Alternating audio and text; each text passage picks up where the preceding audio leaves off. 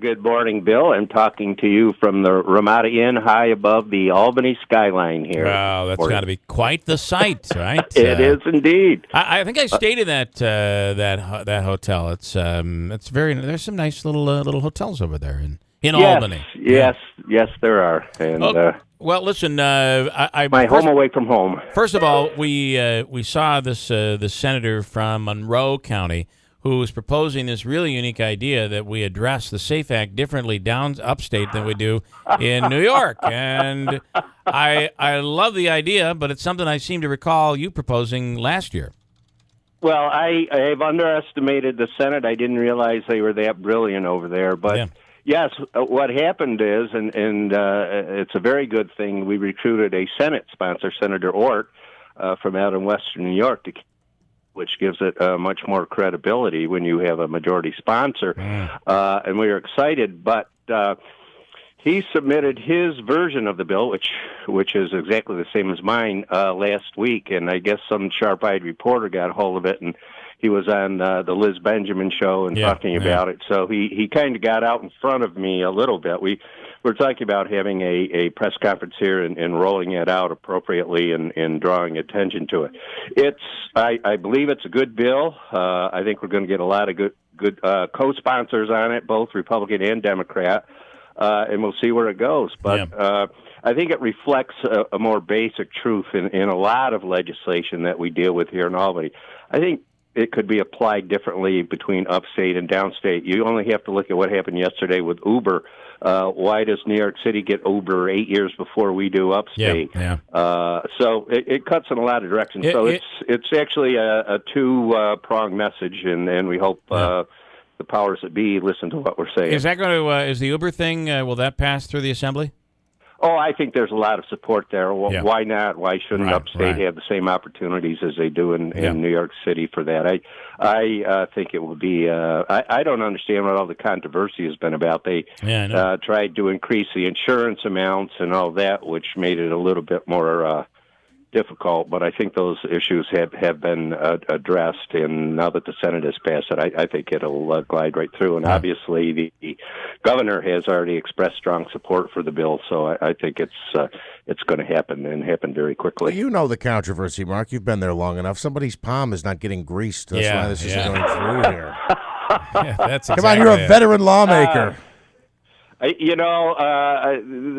you follow the money trail on a lot of these things, I think you'd be shocked and surprised at what you found out. But I guess that's the way government gets done. I want to ask you, because I know how it felt for me, but how once again, sitting there on Sunday night, watching that stinking Tom Brady. I've got my Buffalo Bills slippers on. I only care about the Squares game that I got going and the commercials because once again we're on the outside looking in as Buffalo Bills fans. Well, yes, and as a loyal Bill fan, I was hoping that Mr. Brady would get a mild concussion and miss most of the game. That didn't obviously happen.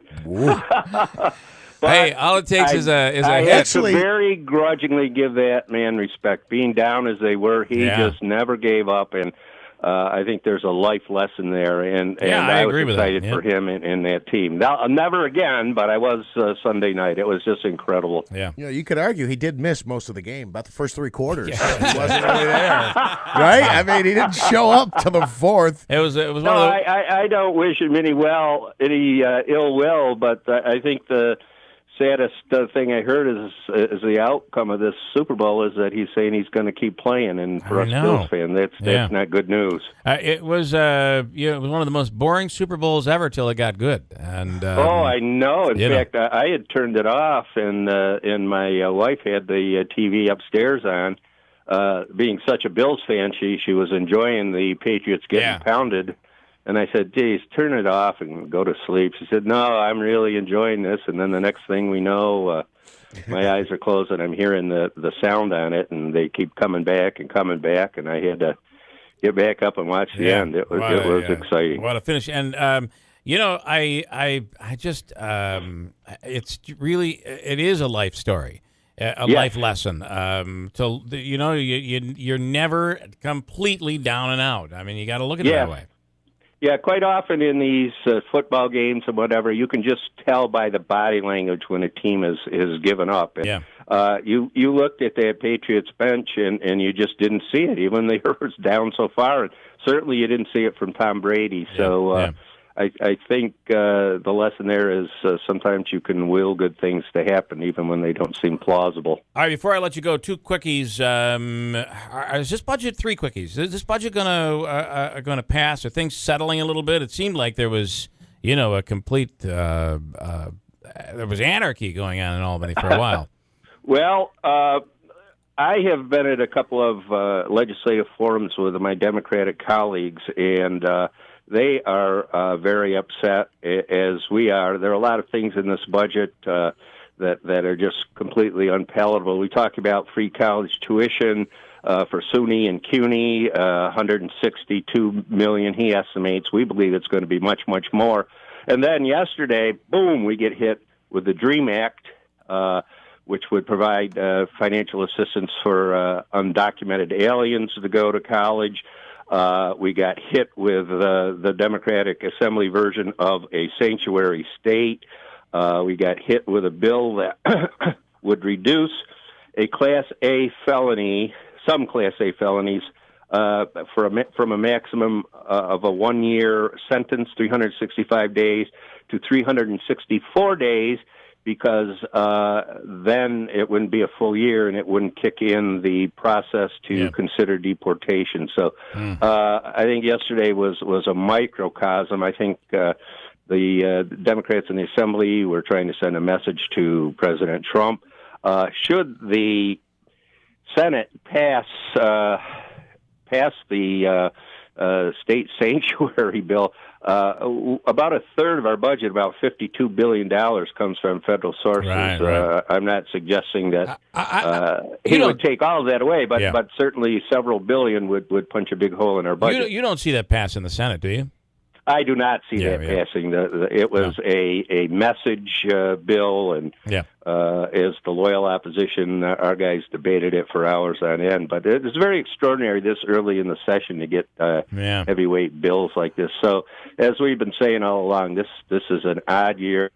There are different alliances being formed, and everything here is in an uproar. I know you've been big on water. It's a big thing, especially if the nano finally comes to fruition here in Marcy. New York Power Authority took control of the State Canal Corporation, which had been running it since, from the Thruway Authority, by the way, which had been running it since 1992. So your take on that? Well, I have already reached out to the Power Authority. I'd like to sit down with them and see what their thoughts and their plans are.